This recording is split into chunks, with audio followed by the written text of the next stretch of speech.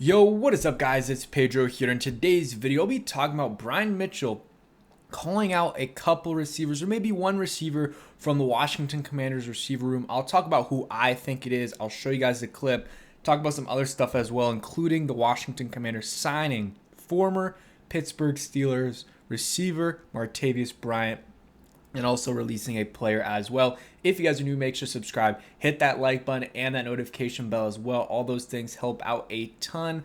Comment down below which receiver you think Brian Mitchell's talking about. I will play the audio for you guys so you can hear it and, try to come to a conclusion by yourselves without me saying anything, but I'll add to it and give you guys my thoughts, but I always want to give you guys the information first so you guys can see try to make a conclusion yourselves. But let's go ahead and get started. So Brian Mitchell, I think this was prompted by, I didn't listen to it live, obviously, but from the first 45, 46 seconds, it seems like they were talking about Martavis Bryant. It was prompted by the Martavis Bryant signing, which was announced today. They worked him out a week or two ago, and then again yesterday, or I guess today, and they decided to sign him, and he was practicing today, so I'll show some clips from that too, so stay tuned for the whole video. That also does help out too if you guys stay on the video for a while, but I'll go ahead and play the clip for you guys, and then we'll come back and just talk about it for a second. So let me go to like 44 seconds. It'll be about a minute. Say something about it, but if I know you have exceptional talent and you're not producing it on a regular basis, whatever happens at that point. That's the way I feel about it. And I watch people walk around like they're owed something. No. In this profession, you take everything that you want. You have to go out there and kick down the door to get it. And I'm watching dudes pouting and walking around sulking. What the hell is that? This is not the league.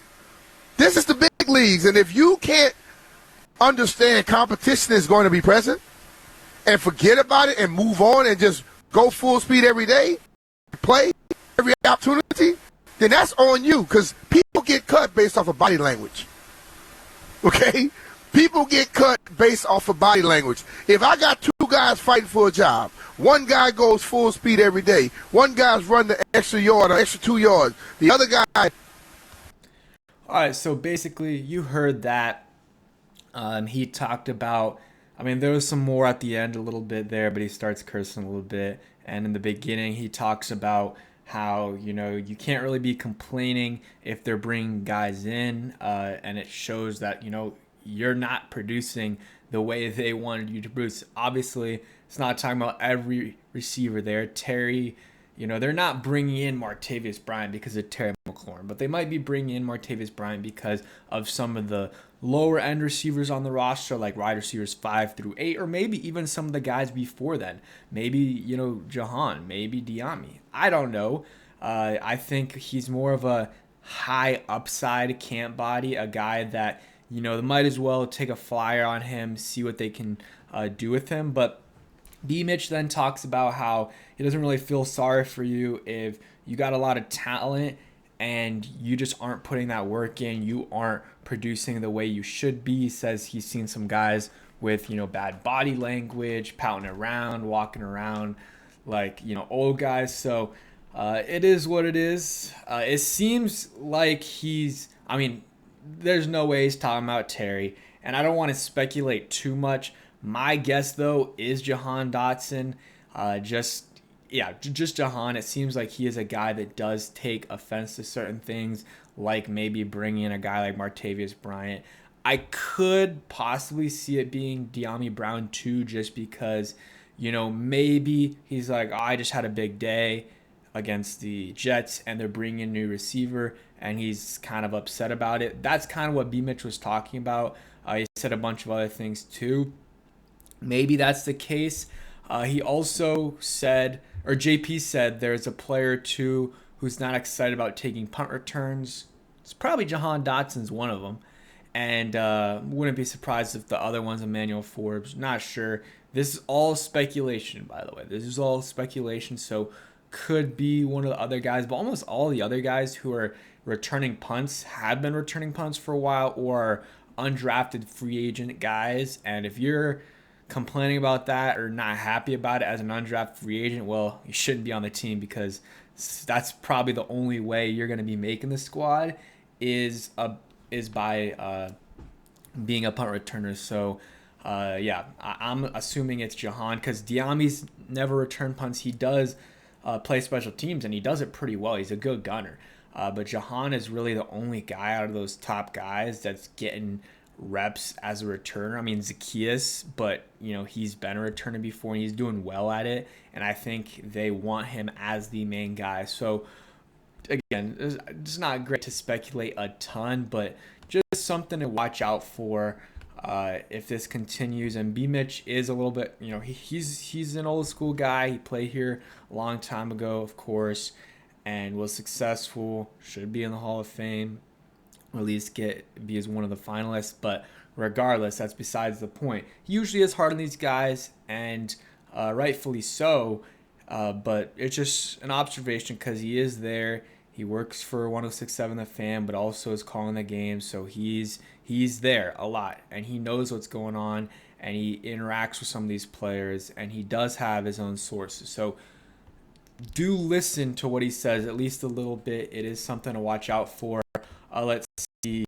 Dan Quinn was talking about the other day on why Jahan Dotson played so many snaps in the preseason opener. I think we're right in the middle of the competition at receiver and trying to find out slot and inside and outside, so moving guys into different locations. That's a big piece of it, and you'll see more of that this week as well with him and some of the other receivers.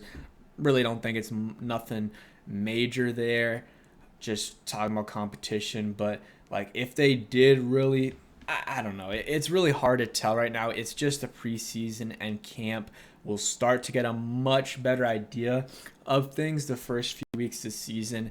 How many targets is Jahan getting? How many targets is Diami getting? Zacchaeus? We know Terry's going to be number one. But after that, like, what's the target distribution looking like? That'll start to answer more of our questions, because Jahan is obviously making the squad. There's no doubt about it. He's making this team.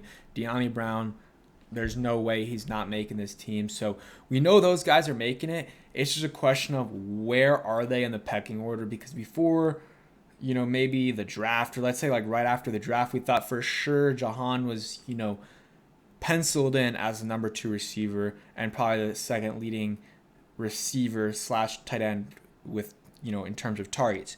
But now we're not so sure. Maybe he's number 3. Maybe he's number 4 behind Diami and Zach Ertz. I don't know. It's a situation that will be interesting. I still think Jahan is very talented, but he's a first-round pick, and he has definitely not produced the level or to the level that we would expect out of a first-round pick. And last year, people want to point to the quarterback and the scheme and, offensive line not helping Jahan out, and that is 100% true. He also, though, did drop too many passes that he should have caught, and sometimes they might not even have been technically deemed drops. But you're a first-round receiver.